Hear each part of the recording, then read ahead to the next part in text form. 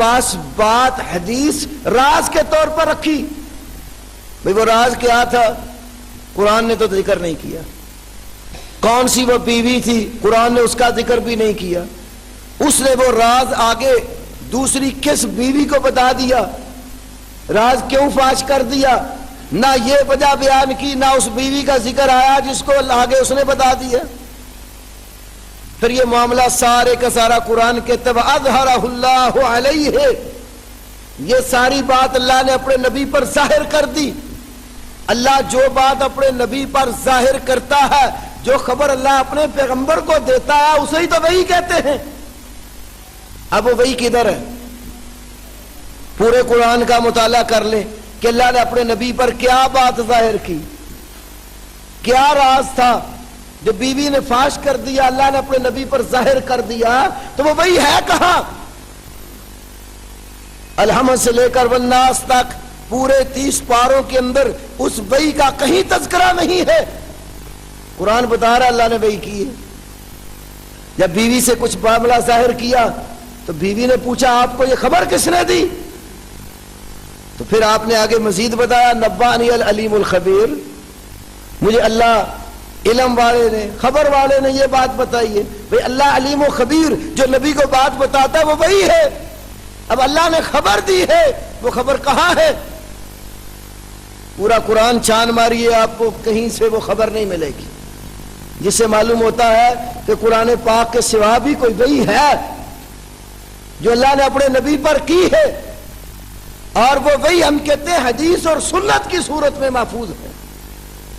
تو قرآن کے اس آیت کریمہ سے بھی پتہ چلتا ہے کہ اللہ تعالیٰ نے نبی کریم صلی اللہ علیہ وسلم پر کتاب کے سوا بھی وحی کی ہے. اور بھی بہت سارے احکام ہیں. اگر آپ اس جہت سے بھی دیکھیں کہ اللہ قرآن میں حکم دیتا ہے ایک کام کرنے کا، اتنی دیر تک کما حق کو ہو اس کو کوئی شخص کر ہی نہیں سکتا، ادا ہی نہیں کر سکتا جب تک اس کے ساتھ نبی کریم صلی اللہ علیہ وسلم کی حدیث اور سنت کو نہ ملائے. صرف اس کی بھی ایک مثال عرض کرتا. اللہ نے قرآن میں فرمایا وَلِلَّهِ عَلَى النَّاسِ حِجُّ الْبَيْتِ مَنِ اسْتَطَاعَ إِلَيْهِ سَبِيلًا، اللہ ہی کے لیے لوگوں کے ذمے ہر اس شخص پر جو بیت اللہ جانے کی ہمت رکھتا ہے بیت اللہ کا حج کرنا. اور کہیں اللہ نے فرمایا وَأَتِمُّ الْحَجَّ وَالْعُمْرَةَ لِلَّهِ، حج اور عمرہ اللہ کے لیے پورا کرو. حکم تو حج کا ہے. اب حج کرنا کہاں سے ہے؟ قرآن تو ایک حج کے عمل کی جو ابتدا ہے وہ بھی نہیں بتاتا. حج کہاں سے شروع کرنا ہے قرآن حکیم نہیں بتاتا. حکم ضرور دیا ہے حج کرنا ہے. جو استطاعت رکھتے ہیں اللہ تعالیٰ کی طرف سے ان کے ذمے بیت اللہ کا حج ہے. اب کہاں سے شروع ہوگا؟ قرآن نے مہینے بتلا دیے ہیں، نام نہیں لے کر، صرف اتنا بتایا الحج اشہر معلومات، حج کے مہینے معلوم ہے. اب وہ مہینے کون کون سے ہیں قرآن نے یہ بھی نہیں ذکر کیا. وہ بھی ہمیں رسول اللہ کی حدیث اور سنت سے ملیں گے. قرآن نے یہ بتلایا ہے کہ بیت اللہ کا طواف کرنا ہے. وَلْيَطَّوَّفُوا بِالْبَيْتِ الْعَتِيقِ، قرآن کہتا ہے کہ جو اللہ کا وہ بیت عتیق پرانا گھر ہے نا اس کے گرد خوب چکر لگانے ہیں. وَلْيَطَّوَّفُوا، یہ باب جو ہے نا اس کے اندر مبالغے کا معنی پایا جاتا ہے. وَلْيَطَّوَّفُوا، خوب چکر لگاؤ بیت اللہ کے گرد. اب چکر کہاں سے شروع کرنے ہیں اور ختم کہاں کرنے ہیں اور کتنے لگانے ہیں قرآن اس سے بھی خاموش ہے. قرآن یہ کہتا ہے وَاتَّخِذُوا مِن مَقَامِ إِبْرَاهِيمَ مُصَلًّى، مقام ابراہیم کو نماز پڑھنے کی جگہ بنا لو. بھئی مقام ابراہیم پر کتنی نماز پڑھنی ہے اور کیسے پڑھنی ہے قرآن یہ بھی حکم دے رہا ہے، لیکن آگے ان رکعات سے بھی خاموشی، اس کے طریقے سے بھی خاموشی. یا میں ایک اور بات عرض کرتا چلوں. بعض حدیث کا انکار کرنے والے لوگ کہتے ہیں کہ ہمیں قرآن سمجھنے کے لیے حدیث کی ضرورت نہیں ہے، ہم قرآن کو عربی ڈکشنریوں سے اور عربی لغت سے سمجھ لیں گے. آج ہمارے پاس لغات موجود ہیں، ہر لفظ کا ترجمہ ہم ڈکشنری میں دیکھ لیتے ہیں، تو لہذا حدیث کی کیا ضرورت ہے؟ ڈکشنری سے ہی معنی معلوم کر کے قرآن کی تشریح تعبیر ہو جائے گی.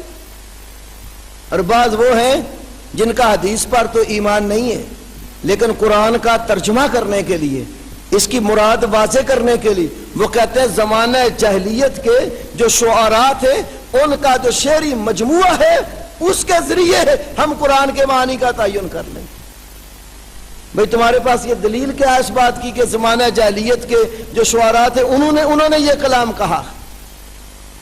آخر 14.5 صدیاں بیت گئی ہیں اس سے، بلکہ پرانے زمانے کے وہ شعراء تھے، تمہیں کیسے پتا چلا کہ یہ ان کا کلام ہے؟ زمانہ جاہلیت کے شعراء کی طرف جو کلام منسوب ہے، جس کی نہ کوئی سند ہے نہ ہی اس کے لیے کوئی واسطے بیچ میں ذکر ہوئے، اس کو تو وہی الہی سے بھی زیادہ معتبر سمجھے بیٹھے ہیں. اور رسول اللہ صلی اللہ علیہ وسلم کے اقوال و افعال جو صحیح اسانید اور وسائط کے ساتھ ہم تک پہنچتے ہیں اس کی کوئی ویلیو اور اتھارٹی نہیں. پھر ایک اور بات عرض کرتا ہوں میرے بھائیوں، جو لغت صحابہ جانتے تھے آج میں اور آپ وہ لغت میں مہارت نہیں رکھتے، کیونکہ ان کی مادری زبان عربی تھی، عرب میں پیدا ہوئے، ان کے ماں باپ عربی تھے، عرب کا ماحول تھا، پھر انہی کے ماحول میں اسی لغت میں قرآن حکیم نازل ہوا. آج تو لغت میں بھی کافی تبدیلی آ گئی ہے، تو ان کے ماحول میں ان کی زبان میں اللہ وحدہ لا شریک نے قرآن پاک نازل فرمایا. آج کوئی شخص کتنا بڑے سے بڑا لغت کا دائی کیوں نہ ہو، دعوے دار کیوں نہ ہو، وہ صحابہ کرام سے آگے لغت سمجھنے میں نہیں نکل سکتا، جن کی زبان ہی عربی تھی، جن کے ماحول میں اللہ نے قرآن نازل فرمایا. لیکن ہم دیکھتے ہیں وہ عربی زبان رکھنے والے جن کے سامنے قرآن کی آیتیں نازل ہوئیں، انہیں بھی کئی دفعہ عربی جاننے کے باوجود قرآن حکیم کی کئی آیات کی تفسیر سمجھ نہیں آئی، انہیں اللہ کے رسول کی طرف رجوع کرنا پڑا. مثلا اب یہ لفظ ظلم ہے، عام سا لفظ ہے، کوئی مشکل بھی نہیں ہے، عام عربی جاننے والا سمجھتا ہے کہ ظلم کا معنی ہے وضع الشیء فی غیر محلہ، کسی چیز کو اس کے مقام سے ہٹا کر نامناسب مقام پر رکھ دینے کا نام ظلم ہے. جب اللہ نے یہ آیت کریمہ نازل فرمائی کہ الذین آمنوا ولم یلبسوا ایمانہم بظلم، وہ لوگ جو ایمان لائے اور ایمان لا کر اپنے ایمان کے ساتھ ظلم کا انہوں نے اختلاط نہیں کیا، وہ امن اور ہدایت والے ہیں. جب یہ آیت نازل ہوئی صحابہ پریشان ہو گئے، بھئی ایمان لا کر جو بندہ ایمان کے ساتھ ظلم کو گڈ نہیں کرتا، ہدایت اور امن والا تو وہ ہے، کون سا ہم سے وہ بندہ جسے ظلم نہیں ہوتا؟ چھوٹا موٹا ظلم زیادتی ہر شخص ہی کر بیٹھتا ہے، تو ایمان لا کر ظلم کرے گا تو پھر ہدایت یافتہ نہیں ہوگا، امن اور اطمینان والا نہیں ہوگا. اللہ کے نبی سے کہا، صحیح بخاری میں حدیث، اینا لم یظلم، اللہ کے رسول صلی اللہ علیہ وسلم کون سا ہم میں سے وہ شخص ہے جس نے ظلم نہیں کیا؟ ہر شخص سے کوئی نہ کوئی ظلم ہو جاتا ہے. تو آپ نے فرمایا اس آیت کریمہ میں ظلم سے مراد وہ نہیں جو تم سمجھے ہو، یہاں ظلم سے مراد وہ ظلم ہے جس کا ذکر حضرت لقمان اپنے بیٹے سے کر رہے ہیں. یا بنیا لا تشرک باللہ ان الشرک لظلم عظیم، اے میرے بیٹے اللہ کے ساتھ شرک نہ کر، یقیناً شرک ظلم عظیم ہے. جو ایمان لا کر شرک نہیں کرے گا وہ ہدایت یافتہ، جو ایمان لا کر شرک کرے گا وہ نہ ہدایت والا ہے نہ امن والا. تو یہاں سے ایک مسئلہ تو یہ معلوم ہوا نا کہ صحابہ عربی زبان جاننے کے باوجود لفظ ظلم کا مفہوم الذین آمنوا ولم یلبسوا ایمان بالظلم نہیں سمجھ سکے. انہیں اس کا ترجمہ سیکھنے کے لیے صاحب قرآن محمد رسول اللہ صلی اللہ علیہ وسلم کی ضرورت پڑی اور آپ سے آ کر اس کی تفسیر سیکھی، باوجود اس کے کہ عربی زبان جانتے تھے.